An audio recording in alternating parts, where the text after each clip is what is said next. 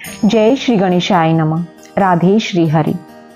संतान को पालते हुए माता पिता उनको हर कष्टों से दूर रखते हैं। बड़े होकर वही संतान माता पिता को अपने हृदय से दूर करती है, जबकि उन्हें मालूम नहीं कि प्रभु हमारे अपनी भक्ति से पहले माता पिता की सेवा, सम्मान, इज्जत करो यही कहते हैं। कोई चाहे कितना नास्तिक हो, अगर उसने अपने माता पिता की तहे दिल से सेवा की है तो उसने अनजाने में ही सही, लेकिन हमारे इष्ट हमारे प्रभु को वो प्रसन्न जरूर कर देता है। आज के इस दौर में कितने माता पिता वृद्धाश्रम में अपना जीवन व्यतीत करते हैं। क्या मनुष्य को ऐसा करना चाहिए?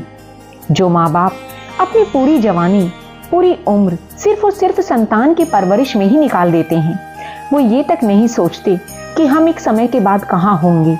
वो अपनी संतान के लिए हर वो कार्य करते हैं जिससे उनके संतान सुखी रह सके।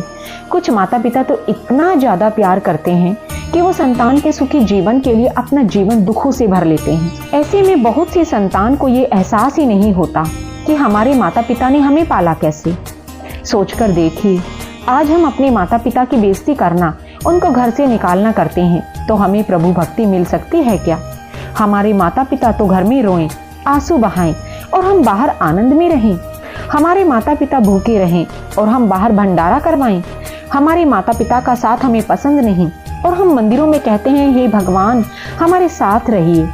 माता पिता का आशीर्वाद हमें लेना नहीं और हम चाहते हैं कि भगवान हमें आशीर्वाद दे। भगवान भी तभी खुश होते हैं जब उनकी भक्ति करने वाला अपने माता पिता की सेवा भक्ति पहले करता है। जो माँ बाप बचपन में हमें बोलना सिखाते हैं, बड़े होकर हमें उन्हीं माँ बाप का बोलना पसंद नहीं आता। उनका रहन सहन हमें पुराना लगने लगता है, उन्हें अपने साथ रखने में हमें शर्म महसूस होने लगती है। वैसे सभी संतान ऐसी नहीं होती।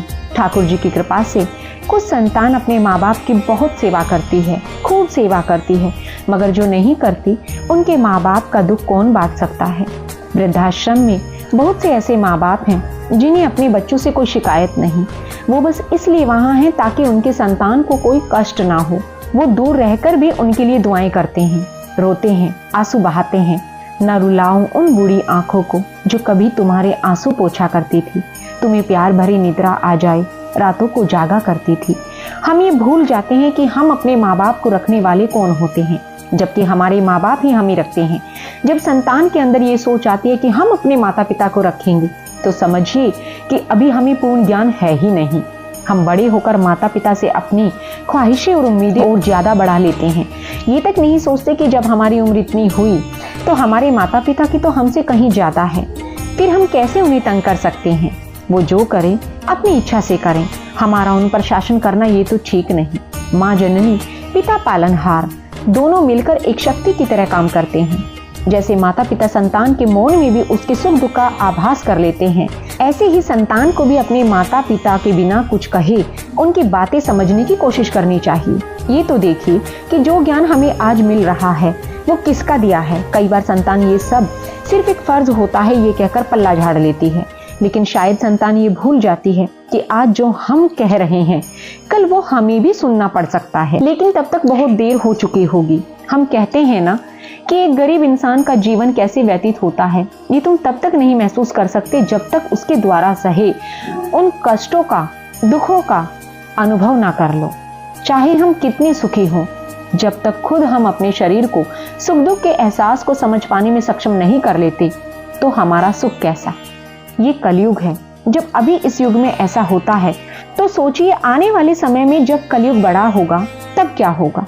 अभी की एक घटना थी जब अनिरुद्धाचार्य जी महाराज जी के सामने एक माँ का बेटा अपनी माँ को उनके आश्रम में छोड़ने आ जाता है, ये वास्ता देकर कि मुझसे इनकी सेवा अब नहीं होती क्योंकि उसकी माँ कोई काम नहीं कर सकती थी। सोचकर देखिए कैसा लगता है जब बेटा माँ के लिए ऐसे शब्द निकालता है। 3 बेटों वाली माँ असहाय हो जाती है। महाराज जी ने जब पूछा कि तुम ऐसा क्यों कर रहे हो तो बेटे ने कहा कि उसकी पत्नी और उसकी माँ का झगड़ा होता है और उसकी पत्नी भी बीमार रहती है। अपनी मजबूरियों का वास्ता देकर बेटा अपनी माँ को वहां छोड़कर चला जाता है ना। कितनी शर्म की बात। चाहे मजबूरी कुछ भी हो, पर अपनी माँ, अपनी वो माँ जिसने उस बेटे को इतना बड़ा किया, वो बेटा सब भुलाकर उस माँ को छोड़ जाता है और पत्नी के साथ रहना स्वीकार करता है। लेकिन भगवान यही कहते हैं अगर ये मनुष्य जन्म मिला है तो अपनी हर जिम्मेदारी, चाहे वो माता पिता की हो, भाई बंधु की हो, पत्नी और बच्चों की हो, अपने कर्मों के अनुसार मिले सुख दुख के चलते बखूबी निभानी चाहिए।